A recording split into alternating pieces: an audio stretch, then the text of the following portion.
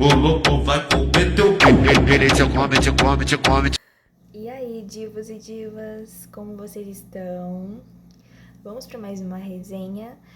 E pela intro, vocês já perceberam, né, que hoje nós temos um lobo muito saboroso aqui.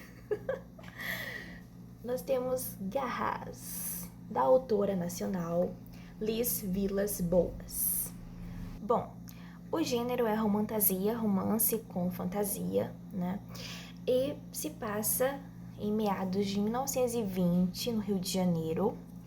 E, gente, nós temos aqui um lobão, assim como a Amanda falou pra mim, que foi quem me indicou a leitura desse livro, o Edgar Lascaris e Diana Decor, que é a bruxa. E, basicamente, assim, só pra vocês pegarem o ponto, ela chega em um bar, dando 4 tapas assim na porta, né, na verdade 4... e falando assim, eu quero comprar um marido. Eu achei muito chique a diva. E aí, ela basicamente faz um acordo, né, com esse lobão aqui pra quebrar uma maldição que ela tem, que a família do pai dela infligiu a ela. A maldição consiste basicamente em tirar o seu próprio livre-arbítrio, vamos colocar assim, né? E eu já faço agora aqui uma leitura, na verdade, sobre o ponto que a autora ela quis colocar aqui, né? Sobre a gente ser tirada as nossas vontades, né? O que a gente quer, o que a gente pode, porque a maldição dentro dela consiste justamente isso. Ela não consegue ser ela completamente, né? Sem não sentir o peso disso. Então, ela não consegue... Tanto que ela não, os poderes de bruxa dela são muito... Na verdade, não tem praticamente nada. Ela consegue ler, né, cartas. O oráculo acompanha ela, né? Que é a única coisa que restou, basicamente, da magia dela, né? Justamente por conta do que o pai e os familiares dela fizeram com ela. E ela, vocês podem perceber que ela usa luvas, né? E tem uma situação para isso. Eu já vou revelar aqui, então quem não quiser saber, já para aqui e vai ler pra lá. O que acontece?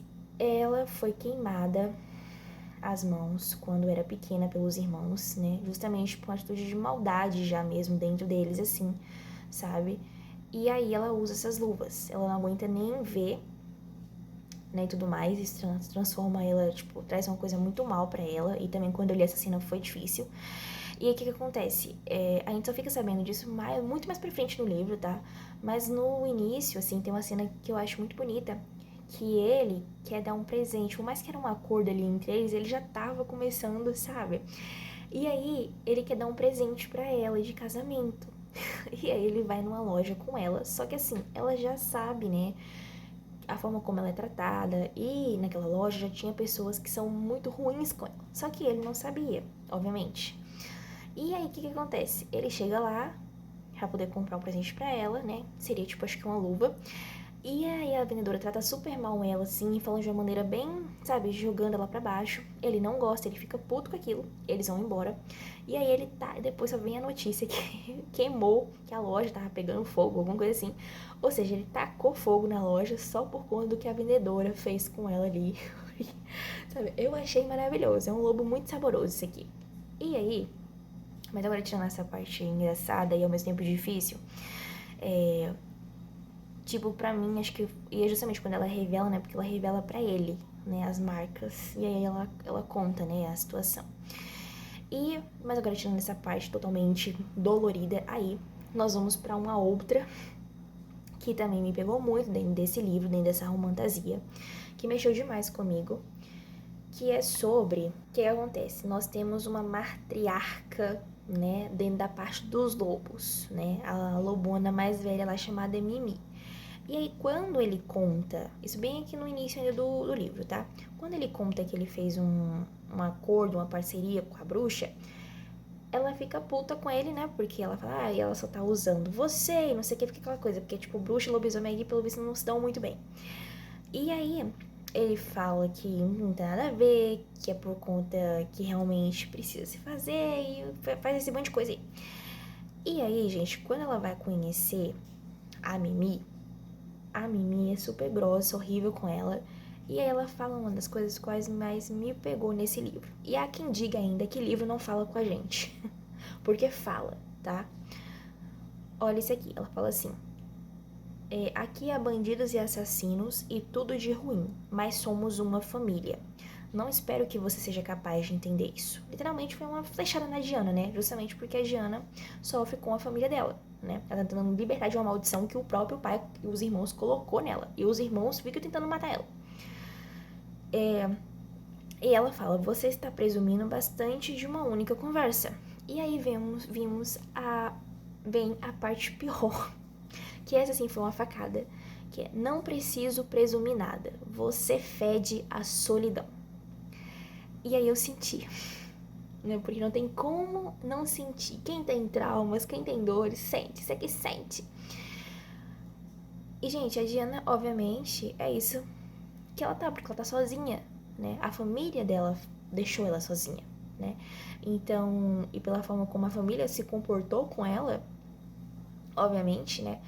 E todas as pessoas, a forma como as pessoas tratam ela também e tudo mais, ela sofre com muito preconceito aqui.